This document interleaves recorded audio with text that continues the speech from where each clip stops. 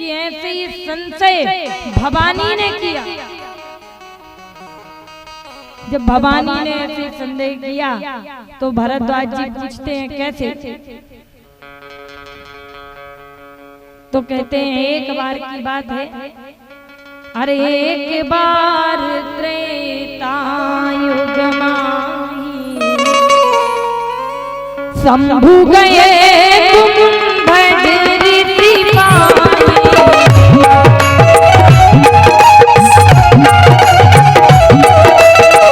शंभु गए कुंभज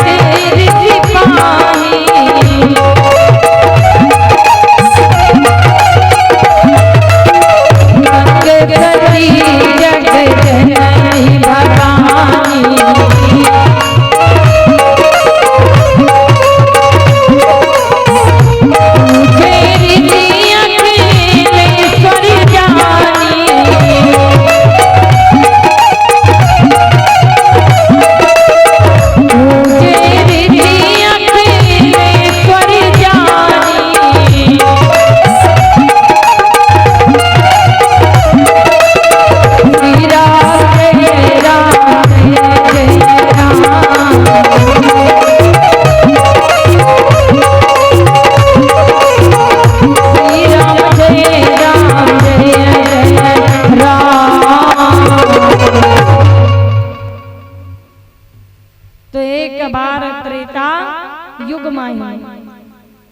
एक बार की बात है। और जहां जहां रामचरितमानस में जहां जहां जिस जगह जहां कहीं भी एक बार शब्द लगा हुआ है वहां कोई ना कोई घटना जरूर हुई। अब देखिए पूरी रामचरितमानस को पढ़ लीजिए, घटना तो हुई, जरूर हुई। घटना कैसी हुई? एक बार त्रेता युग माही, दूसरी एक बार जननी अनबाई, यहाँ भी घटना हुई। एक बार करतल कर बीड़ा, यहाँ भी घटना हुई। जहाँ भी एक बार शब्द मिल जाए वहाँ कोई ना कोई घटना जरूर हो। यहाँ भी घटना हुई। भगवान भोलेनाथ कथा सुनने जा रहे, लेकिन अकेले नहीं जा रहे, साथ में कौन जा रहे हैं? शंभु। मात्र 2.5 अक्षर का नाम लेकर के भगवान भोलेनाथ गए और साथ में कौन जा रही है? मैया सती। लेकिन मैया सती बड़े बड़े नाम लेकर के जा रही है। जगत की जननी भवानी मैया कथा सुनने जा रही। देखो भगवान की कथा में कभी भी आओ ना तो छोटे बन करके आना चाहिए। भगवान की कथा सुनने के कई नियम होते, ध्यान पूर्वक कथा को सुनना चाहिए। आपकी दृष्टि केवल वक्ता पर हो, ये कथा का नियम है। तीसरा नियम है कि यदि बन सके तो एक समय भोजन करें, और यदि नहीं बनता है तो कोई बात नहीं, भोजनम तू परम मान्य। एक बार नहीं, आप 3 बार भी भोजन कीजिए, कोई दोष नहीं, लेकिन इतना मत खाइए, नहीं तो ज्यादा खा के आ जाए। आज तो वैसे निर्जला एकादशी, इतना मत खाइए कि नहीं तो कथा में ही नींद लग जाए।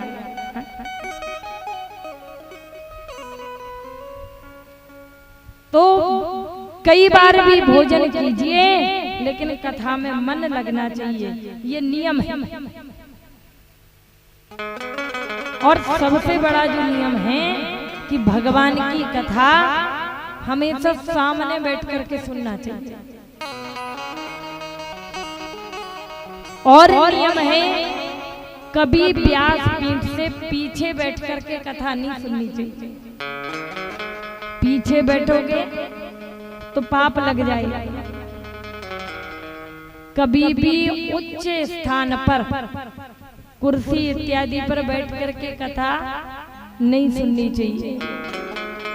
क्यों नहीं सुननी चाहिए? देखो, हम वही बताएंगे जो लिखा हुआ है। ऊंचे स्थान पर कौन बैठ सकता है? जिसको कोई दर्द हो, कोई तकलीफ हो, वो ऊंचे स्थान पर बैठे, उसको कोई दोष नहीं। बालकों के लिए कोई दोष नहीं है, वृद्धों के लिए कोई दोष नहीं है, रोगियों के लिए कोई दोष नहीं है। लेकिन पता लगा अच्छी बहुत मेहनत करते हैं, शरीर बहुत अच्छे से कार्य करता है, फिर भी ऊंचे स्थान पर यदि हम बैठे हैं तो हमें पाप लग जाता है। इसीलिए कथा हमेशा नीचे बैठ करके ही सुननी चाहिए। महाराज, ये कथा के कई नियम होते हैं और कथा में जब भी बन करके जाओ तो बड़े बन करके नहीं जाना चाहिए, हमेशा छोटे बन करके जाओ। बाबा देवादिदेव, बाबा महादेव, कितने बड़े बड़े भोलेनाथ के नाम हैं। त्रिलोकपति, कैलाशपति, त्रिशूलधारी, चंद्रशेखर, शशिशेखर, अवगढ़दानी, कोई भी नाम लेकर के भोलेनाथ कथा सुनने जा सकते थे, लेकिन नहीं गए। कौन सा नाम लेकर के गए? शंभु, जो मात्र 2.5 अक्षर का नाम है।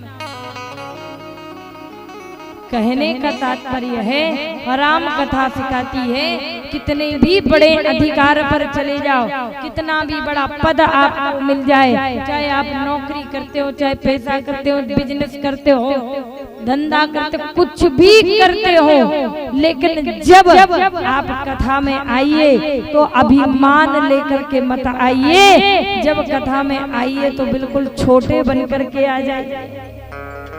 और जब आप कथा में छोटे बन करके आएंगे तो भगवान की कथा का ऐसा प्रभाव है कि भगवान की कथा आपको स्वयं बड़ा बना करके भेज देगी। लेकिन जब बड़ा नाम लेकर के जाओगे तो पक्की बात है कि कथा से हमेशा छोटे ही बन के लौटोगे, बड़े बन करके नहीं लौटोगे।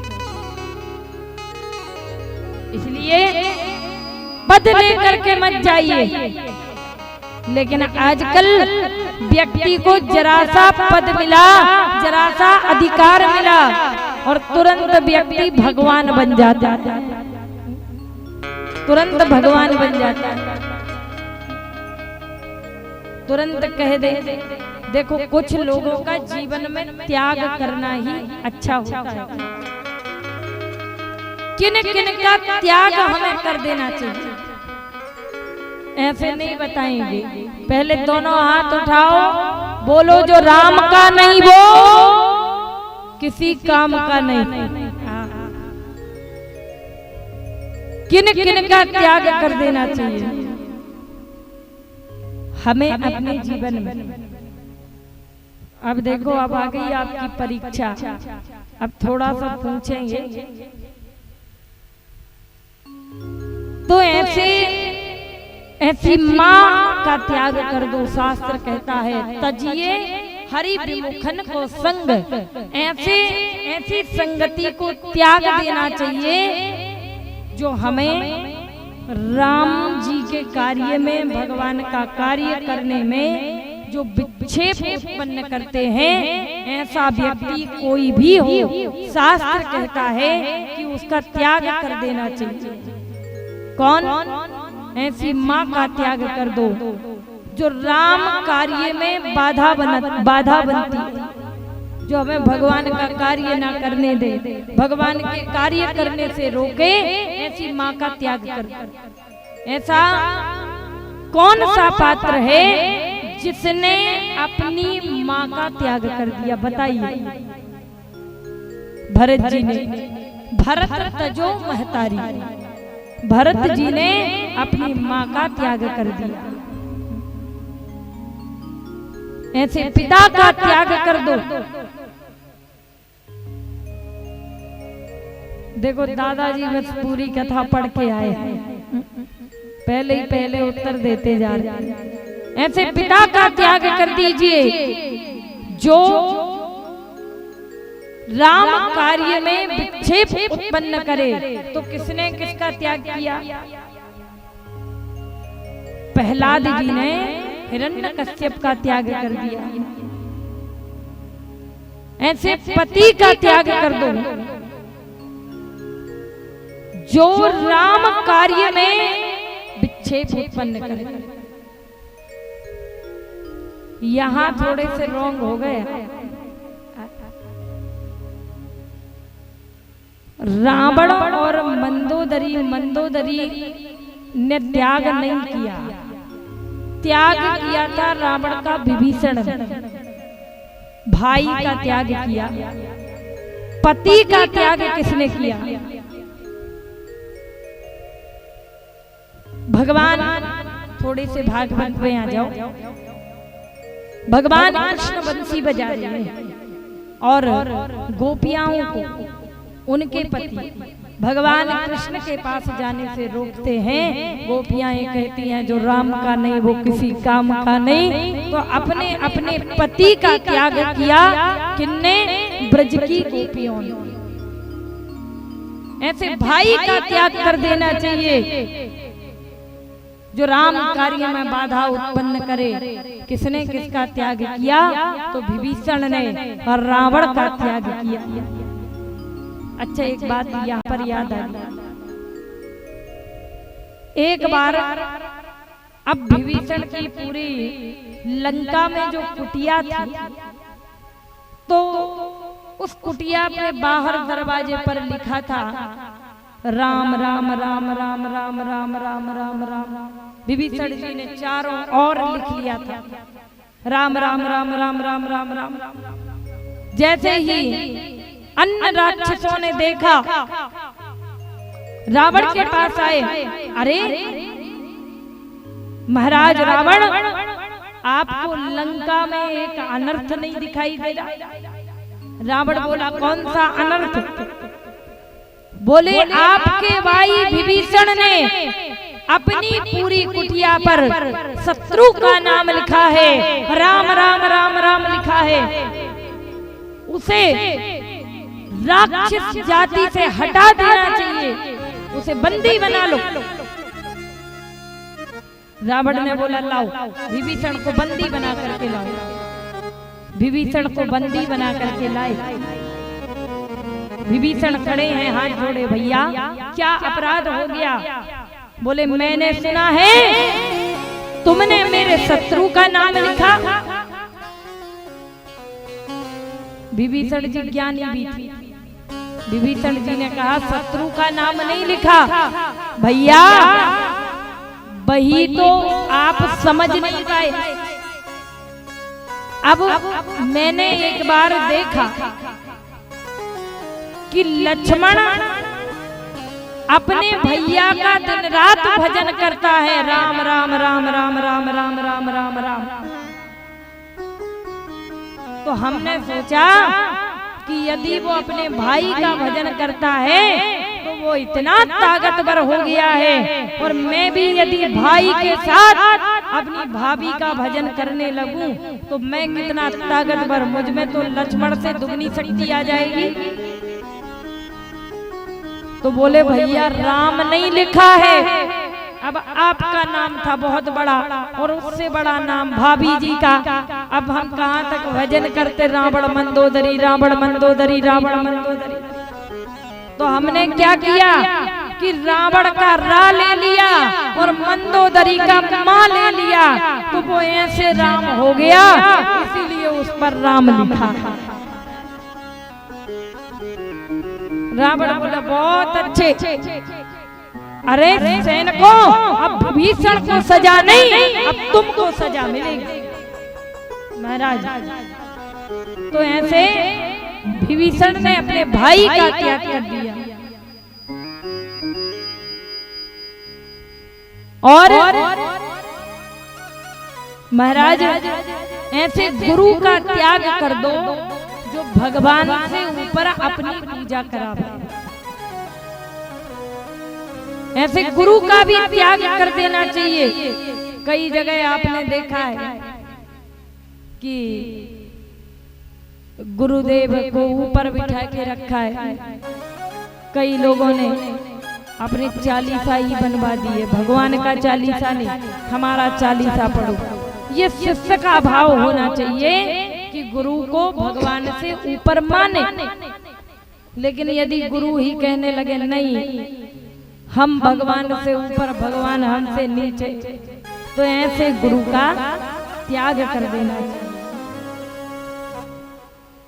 तो कथा में हमेशा छोटे बन करके जाओ, कभी मद लेकर के मत जाओ, कभी अभिमान लेकर के मत जाओ। लेकिन भगवान भोलेनाथ तो जा रहे हैं छोटे बन करके, लेकिन मैया जा रही है मैं जगत की जननी भवानी कथा सुनने जा रही है। और जब मैया गई तो पहुंचे हैं कहाँ? राम कथा मुनि बरज बखानी, राम कथा मुनि बरज बखानी, सुनी महेश परम सुख मानी। मुनि बरज बखानी, सुनी महेश परम सुख मानी। राम कथा मुनि बरज बखानी, सुनी महेश परम सुख मानी। सुनी महेश परम सुख मानी, सुनी महेश परम सुख मानी। तो राम कथा सुनने के लिए कहाँ पहुंचे? कुंभज ऋषि के पास में। कुंभज भी कोई साधारण नहीं, घड़े से प्रकट होने वाले ऋषि, और वही कुंभज ऋषि महाराज, उन्हीं के पास में बाबा भूत बाबन भगवान भोलेनाथ खड़े हैं, देवादिदेव महादेव खड़े हैं। कुंभज ऋषि आए, कुंभज ऋषि ने चरणों में प्रणाम किया। जब चरणों में प्रणाम किया कुंभज ऋषि ने, तो महाराज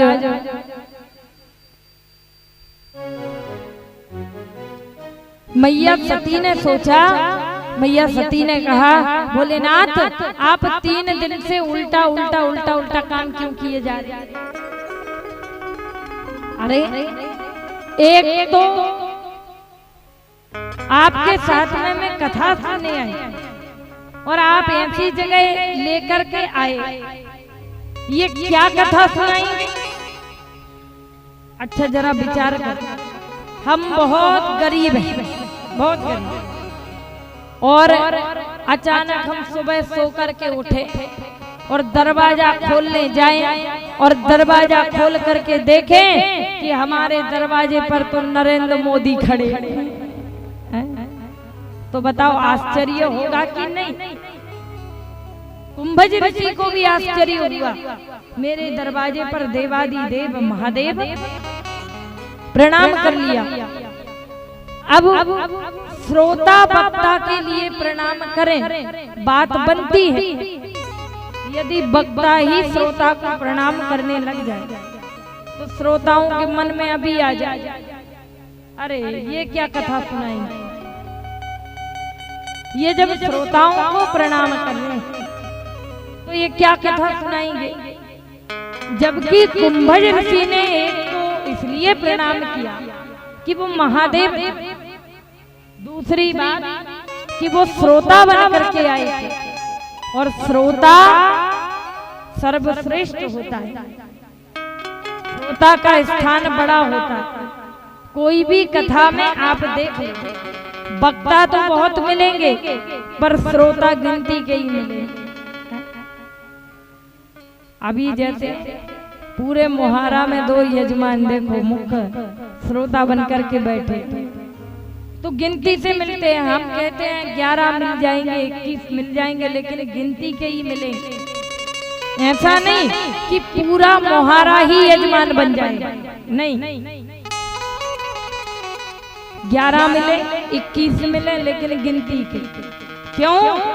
क्योंकि श्रोता का स्थान सर्वश्रेष्ठ होता है। इसीलिए आपसे हमने कहा है कि अधिक से अधिक संख्या में यजमान बने, और यजमान बन करके ये सार्वजनिक कथा अब क्यों कराई जाती है? इसलिए कराई जाती है कि यदि आप एक कोई कथा कराएगा तो 2-2, 2.5 लाख का खर्च उस पर अकेले ही आता है। और जितना विवाह में खर्च आता है उतना ही कथा कराने में खर्च आता है। शास्त्र में कहा गया है कि जितना हम बेटी के विवाह में खर्च करते हैं, जब भी कहीं भी कथा हो, तो हमें जैसे हम बेटी के विवाह में खुल करके दान देते हैं, और इतना बड़ा दान कर देते हैं कि अपनी कन्या तो दान करते ही करते हैं, साथ में बहुत सारा दहेज भी दान में कर देते हैं। तो जितना खुल करके हम बेटी के विवाह में दान करते हैं, बेटी का विवाह करते हैं, उतना ही खुल करके दान हमें कथा में करना चाहिए, ताकि ये कथा ऐसे ना हो, ये कथा सफलता नहीं अपितु मोहारा में ये कथा अपार सफलता के हेतु पहुँचे, ऐसी हम आप सभी से उम्मीद करते हैं। तो ऐसा आप सभी को सहयोग करना है। कल माताओं बहनों से भी बोला था कि कुछ ना कुछ हाथ में लेकर के जरूर आए। कोई लोग पुष्प की माला ठाकुर जी को पहनाए, अर्पण करें। कई लोग अन्नदान इत्यादि लेकर के, जो भी आपका मन बोले वो दान कथा में लेकर के आए। और यदि आपका मन करता है कि हमें अपनी संतान के नाम से इस कथा में अपना सहयोग लगाना है, तो वो भी आप अपने नाम सहित लगा सकती हैं, नाम को लिखवा सकती हैं अपने बच्चों के नाम से। क्योंकि भागवत में या कथा में दिया गया दान, पंडाल में बैठ करके किया गया दान, उस स्थान पर कथा हो रही हो जहाँ कोई वृक्ष हो। अब वृक्ष गिन लो, 1, 2, 3, 4, और कुछ मंदिर में तो यहाँ पर 4 वृक्ष हैं। और जब आप इस पंडाल में बैठ करके दान देंगे, तो जितने भी इन वृक्षों में पत्ते होंगे, उतने लोगों का भंडारा खिलाने का फल आपको स्वतः ही प्राप्त हो जाएगा।